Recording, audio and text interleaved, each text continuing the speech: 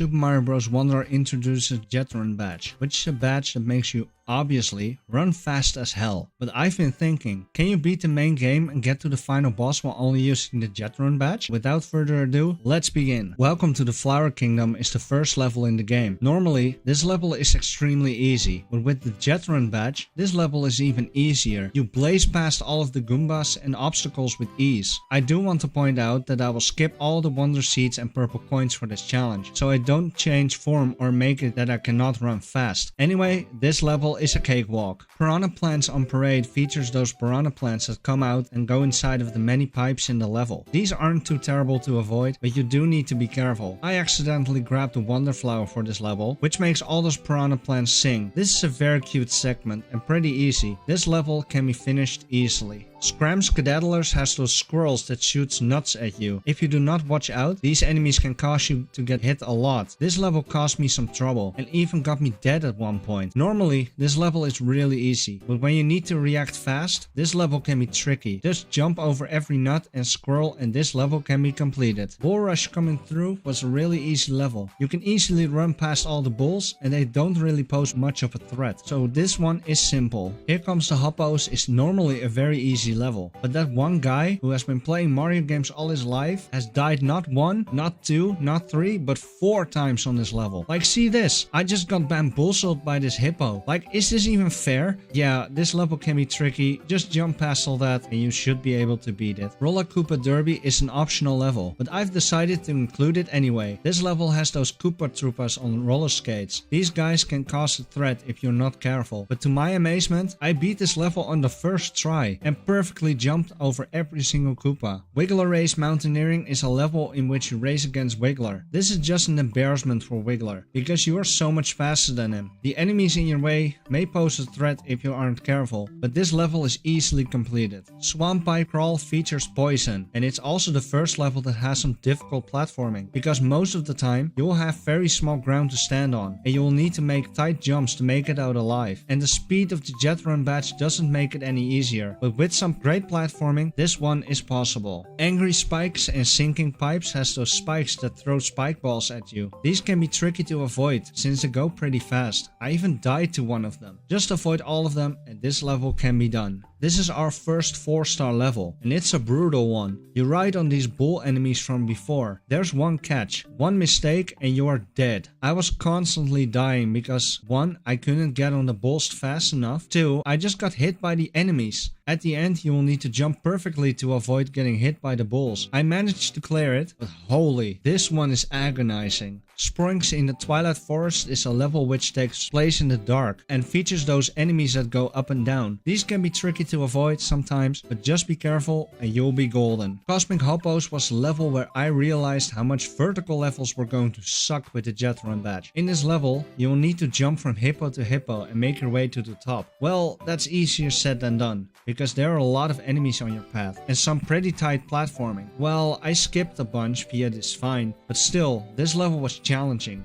but doable. Pipe Rock Plateau Palace is the first castle in the game. It's pretty simple, but the only part that gave me trouble was the part with the skull Goombas and the yellow spinny platforms. That section requires some thinking, and the Bowser Jr. fight was as easy as always. So that wraps up World 1. Let's go to World 2. Before we go to World 2, there are some levels in Pito Isles. Leaping Smackerel and Robert Cave are both very easy, since they're water levels, so they play out as normal. Bluebird Roost was another vertical level, which has those bluebirds that create platforms for you to stand on. This level can be tricky because you really need to alternate between going left and right, and while going fast, it makes it tricky to time your jumps, but I managed to get through it. Out My Way Valley is the first level in World 2. Regardless of it being a 3-star level, it's pretty easy. It features those enemies that kick ice cubes your way. These are pretty easy to avoid. Even the big ones don't really pose much of a threat. This level is done. Pokepete Pass has those boxing snake enemies that come your way, snow that falls from the sky, and some owl enemies. This level has a lot of open space to freely jump around in. This level is painless.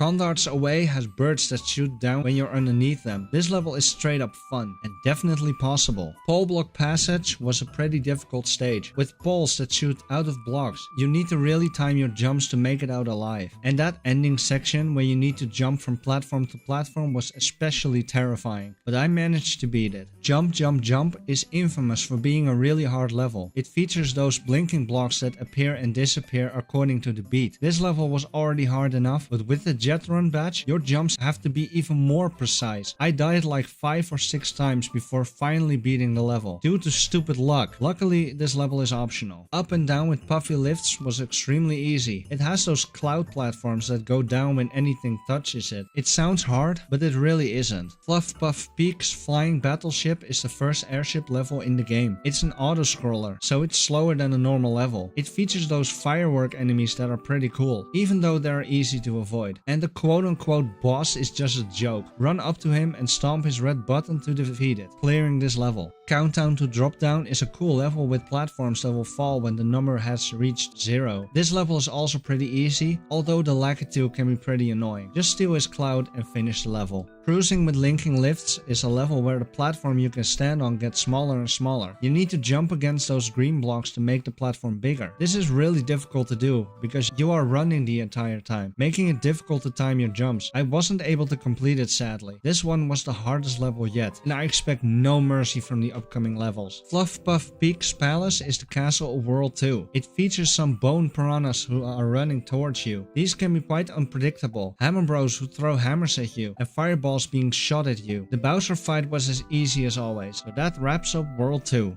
Wiggler Race Swimming is another Wiggler Race, but you're swimming. This level is really not that difficult. The only parts that are simple is when you're on land, because you can zoom by everything. This level is done. Downpour Uproar was a really easy level. Just swim through the rain and you'll beat it easily. Now we can go to World 3. I thought that I was gonna be stuck on the Hoppycat trial Hop Hop and Away, but I've actually beat it on my first try. The Anglerfish trial Ready Aim Fly has fish that shoot themselves at you, which can be pretty tricky. Just avoid them and you'll beat this level easily. The Midway trial Hop to It is a vertical level, and it shows. It has those jumping enemies from before, and they're out for revenge. This level will test your jumping skills. It was really difficult to avoid everything. Thankfully, I managed to do it. Sharp trial Launch to Victory will test your sharpness, and unfortunately, I wasn't able to be sharp and beat this level. Eventually, you'll come across spikes that are way too low, and I couldn't make it past that section. The Sugar Star trial Across the Night Sky, however, was very easy. Just watch out for spinning enemies and you'll be golden. The final trial, Zip Track Dash, doesn't really change in difficulty. Just play the level as normal, and that wraps up World 3. This world was not as hard as World 2, but it had some tricky stuff here and there.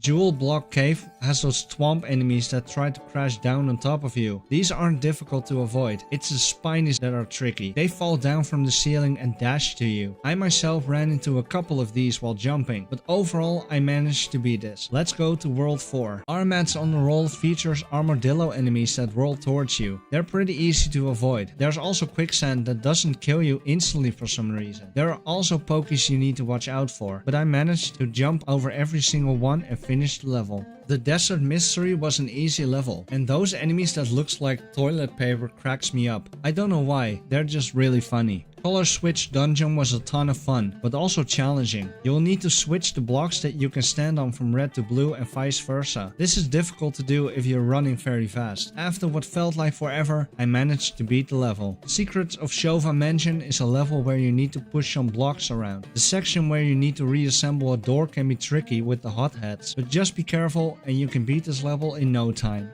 I was expecting Flight of the Blooms would take me a lot of tries, since it's a 4-star level, but I've actually beat it on my first try. Blooms of the Desert Skies is basically the easier version of Flight of the Blooms, although the section with a lot of those Goomba enemies and green blooms can be pretty annoying, but I've managed to clear the level. Valley Fula Snoodles took me over 5 tries to do, because I kept dying from those snoodles, but with some careful jumping and a lot of luck, I finally beat the level. Sun-baked Desert Palace is the castle level of World 4. I managed to die via falling spike ball in the beginning, while dying a few more times during the actual level. Eventually, I got the hang of things and made my way to Bowser Jr. It was not too difficult, only that this is the worst Bowser Jr. fight in the whole game. Pito Isle's flying battleship is the airship level of Pito Isles. It's once again an auto-scroller, and it's one where you need to hop from cloud to cloud to avoid all of the flames. However, I accidentally grabbed the Wonder Flower, which started the Bowser shooting section. It wasn't that difficult honestly, and the so-called boss was really a pushover. I just run and win. Nausea Lair is that level where those block and enemy eating bees are trying to eat you. This level is really easy, even with the jet run badge. Maw Mouthful has those enemies with really big mouths that eat almost everything. This level can be pretty tricky with the jet run badge, but I've managed to clear it in one go. Upshroom Downshroom has a lot of mushrooms that need to form a path for you. It also features those enemies from earlier, which stack on top of each other. This level is also pretty easy. Taili's Toxic Pond has poison gas below that you need to watch out for, but it also has those enemies that hang from the ceiling that you can swing across. This level is simple. Light Switch Mansion has a ton of light switches that need to be hit in order for the path to be visible. This level is really fun with the jet run badge. The boos are a little tricky to avoid, but I've managed to clear it. Beware of the Rifts has rifts that you need to avoid. This level is linear, so it's easy to avoid everything. An Uncharted area, Wubba Ruins, is a level with a lot of goop that you can swim through. This level is also easily finished. Another Uncharted area, Swaying Ruins, was a pretty difficult level with all those blocks moving. I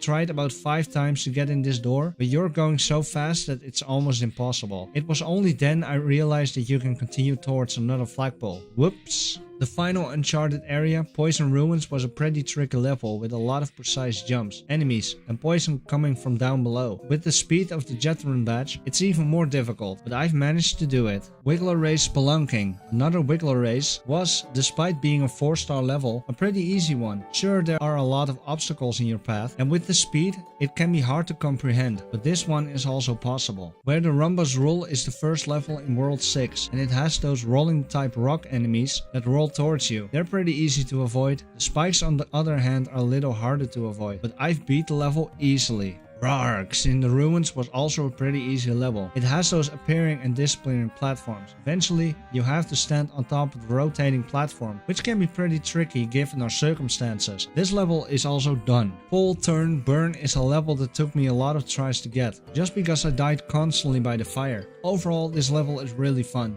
and a great challenge for the jet run badge. Hot Hot Hot was luckily pretty easy. It has blocks that go from normal to fiery blocks, so you need to watch out. This one is done. Now, Wavy Ride through the magma tube is where things get really stupid. In this level, you need to ride 5 platforms to the end. Trying to stay on this platform while constantly running and avoiding enemies is a chore. I was dying constantly because I was going so fast. Maybe this level is possible, but not for me. Dragon Boneyard was tricky, but not impossible. The section where you need to ride inside the dragon was tricky, especially with the jet run, but I've managed to clear it. Deep Magma Bog Flying Battleship is the final airship level in the game. It's another auto-scroller. It's pretty simple luckily, just jump from pole to pole. The boss was finally difficult. It shoots out a big flame, and you'll need to pull the lever to make it go away. I died a couple times by its flame, but luckily when I was on my last life, I managed to beat it. Deep Magma Bog Palace is the castle level of World 6. It's a pretty straightforward level, however I managed to jump right into the lava and got a game over. You need to run over the bone dragons, while those dragon flame enemies spits fireballs at you. Bowser Jr. fight is really cool.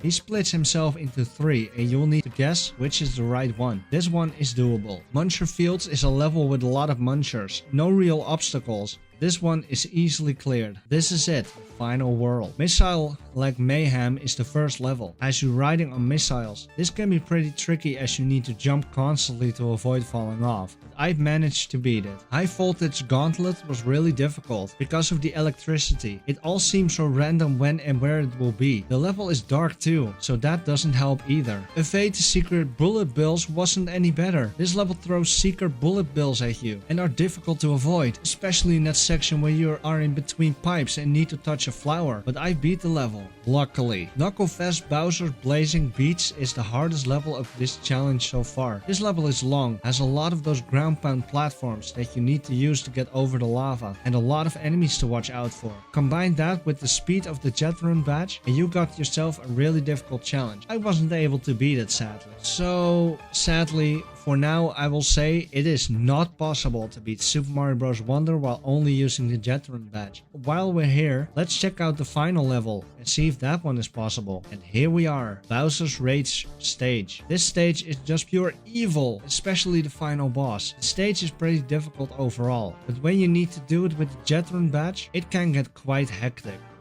Hey, why are you pooping on the toilet watching YouTube videos? Well, continue doing that and watch another one of my videos. Like this video and subscribe down below for even more challenge videos and more Nintendo goodness. See you next time.